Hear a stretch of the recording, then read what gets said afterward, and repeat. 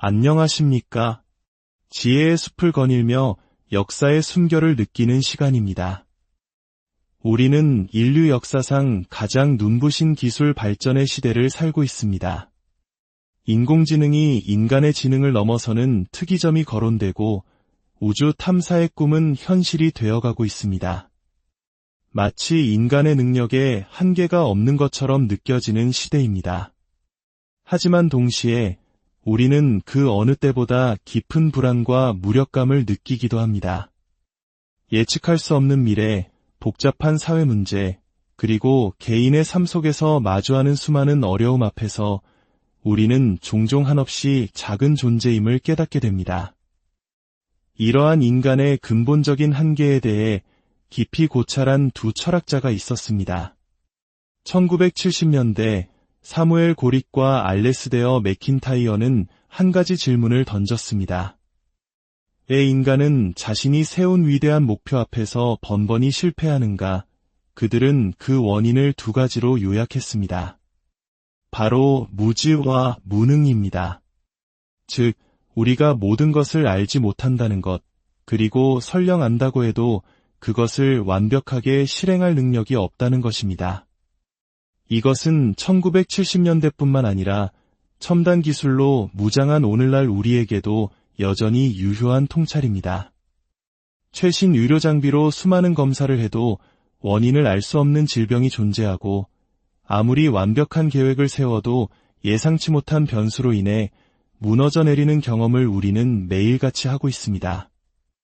우리의 지식과 능력은 광활한 우주 앞에서 그리고 우리 자신의 복잡한 내면 앞에서 여전히 제한적입니다. 성경은 이러한 인간의 유한함을 수증기 혹은 안개와 같다고 묘사합니다. 잠시 나타났다가 이내 사라져버리는 존재라는 것이죠. 야고보서 4장 14절은 이렇게 말합니다. 너희 생명이 무엇이냐? 너희는 잠깐 보이다가 없어지는 안개니라. 시편 90편은 우리의 인생을 이렇게 노래합니다. 우리의 연수가 70이여 강건하면 80이라도 그 연수의 자랑은 수고와 슬픔뿐이여 신속히 가니 우리가 날아가나이다. 상상해 보십시오. 시작도 끝도 없이 양쪽으로 영원히 뻗어나가는 하나의 직선이 있습니다. 이것이 바로 영원입니다. 그렇다면 이 영원의 직선 위에서 70년 혹은 80년의 우리 인생은 어디쯤에 위치할까요? 아마도 현미경으로나 겨우 볼 수 있는 아주 작은 점 하나에 불과할 것입니다. 이처럼 우리는 시간 안에서 시작과 끝을 가진 유한한 존재입니다. 그렇다면 오늘 우리가 함께 나눌 이야기의 핵심, 바로 하나님은 어떤 분이실까요? 성경은 하나님께서 우리와 근본적으로 다른 속성을 가지고 계시다고 말합니다. 그것은 바로 영원성입니다. 하나님의 영원성은 세 가지로 이해할 수 있습니다. 첫째, 하나님은 시작이 없으십니다. 이 세상의 모든 것은 시작점을 가집니다. 저의 기억이 시작된 순간이 있고 인류의 역사가 시작된 순간이 있으며 이 우주가 시작된 빅뱅의 순간이 있습니다. 그러나 하나님은 창조되지 않으셨습니다. 그분은 모든 시작 이전에 그저 존재하시는 분입니다. 둘째, 하나님은 끝이 없으십니다. 우리 주변의 모든 것은 끝을 향해 갑니다. 우리의 체력에도, 지식에도, 심지어 우리가 만든 가장 견고한 물건에도 끝은 존재합니다. 하지만 하나님께는 끝이 없습니다. 그분의 존재, 능력, 사랑에는 유효기간이 없습니다. 모든 것이 끝나고 난 후에도 그분은 여전히 존재하십니다. 셋째, 이것이 가장 이해하기 어려운 개념일 수 있는데 하나님은 시간의 연속성을 초월하십니다. 우리는 순간의 현재 속에 살아갑니다. 과거를 회상하고 미래를 계획할 수는 있지만 우리의 발은 언제나 지금 여기에 묶여 있습니다. 하지만 하나님은 영원한 현재 속에 존재하십니다. 그분께는 과거, 현재, 미래가 동시에 펼쳐져 있습니다. 마치 우리가 기차를 타고 창밖의 풍경을 순서대로 보는 것과 달리 하나님은 산정상에서 기차가 출발해서 도착하기까지의 모든 경로를 한눈에 내려다보시는 것과 같습니다. 그래서 시편 기자는 주께는 하루가 1000년 같고 1000년이 하루 같다고 고백할 수 있었던 것입니다.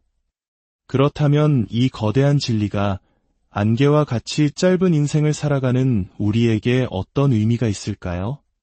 첫 번째로 하나님의 영원성은 우리에게 궁극적인 피난처를 제공합니다. 우리의 내일을 이미 완벽하게 보고 계시고 그 시간 속에 이미 존재하시는 하나님을 신뢰할 때 우리는 미래에 대한 막연한 불안과 두려움에서 자유로워질 수 있습니다. 우리가 통제할 수 없는 내일의 무게를 내 어깨에 짊어지는 대신 모든 것을 아시는 그분께 맡겨드릴 수 있는 것입니다. 그것은 포기가 아니라 가장 지혜로운 신뢰입니다. 두 번째로 하나님의 영원성은 우리의 교만을 깨뜨리고 겸손으로 이끕니다. 우리는 종종 자신이 모든 것을 할 수 있고 모든 것을 알아야 한다고 생각합니다. 도움을 청하는 것을 나약함의 증거로 여기며 자신의 힘과 지혜만을 의지하려 합니다. 그러나 영원하신 하나님 앞에 설 때 우리는 우리의 유한함을 겸허히 인정하게 됩니다. 내가 모든 것을 알지 못해도 괜찮습니다. 모든 것을 아시는 분이 계시기 때문입니다. 내가 모든 것을 할 수 없어도 괜찮습니다. 모든 것을 하실 수 있는 분이 계시기 때문입니다. 이러한 겸손은 우리를 자유롭게 하며 우리를 하나님과 다른 사람들에게로 연결해 줍니다. 시편 73편 26절의 고백처럼 말입니다. 내 육체와 마음은 쇠약하나 하나님은 내 마음의 반석이시요 영원한 분기시시라. 마지막으로 하나님의 영원성은 우리에게 영원한 선택의 중요성을 일깨워줍니다. 성경은 우리의 육체는 유한하지만 우리의 영혼은 영원히 지속된다고 말합니다. 잠시 있다 사라질 이 땅에서의 삶은 영혼을 어디에서 보낼 것인지를 결정하는 매우 중요한 시간이라는 의미입니다. 하나님은 심판하기 위해 우리를 부르시는 것이 아닙니다. 영원한 생명으로 우리를 초대하고 계십니다. 스스로 자신의 삶의 주인이 되어 불안과 수고의 짐을 지고 살아가는 대신 영원하신 창조주께 삶을 내어드리고 그분 안에서 참된 평안과 기쁨을 누리도록 초대하고 계십니다.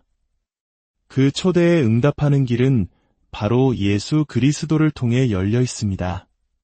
그분은 영원하신 하나님이 유한한 인간의 몸을 입고 이 땅에 오셔서 우리의 죄를 대신해 십자가에서 죽으시고 부활하심으로 영원으로 가는 길을 여셨습니다. 혹시 지금 미래에 대한 불안으로 마음이 무거운 분이 계십니까? 영원하신 하나님께서 당신의 내일을 이미 그분의 선한 손에 붙들고 계심을 믿으십시오. 그분께 당신의 염려를 맡겨드리십시오. 혹시 자신의 힘만으로 모든 것을 해결하려다 지쳐버린 분이 계십니까? 당신의 유한함을 인정하고 무한하신 하나님의 도우심을 구하십시오. 그분은 당신의 마음의 힘과 영원한 반석이 되어주실 것입니다. 그리고 혹시 아직 영원하신 하나님과의 관계를 시작하지 않은 분이 계시다면 오늘이 바로 그 초대에 응답할 때입니다. 하나님, 더 이상 제 인생의 주인이 저 자신이 아님을 고백합니다. 영원하신 당신께 제 삶을 맡겨드립니다. 예수 그리스도의 이름으로 저를 구원하여 주옵소서. 이 짧은 기도가 당신의 영혼을 바꾸는 시작이 될 수 있습니다. 이 평화와 위로의 메시지가 당신의 마음에 울림을 주었다면 좋아요와 구독으로 저희와 함께해 주십시오. 당신의 작은 손길이 이 희망의 이야기가 더 많은 이들에게 닿게 하는 소중한 통로가 됩니다.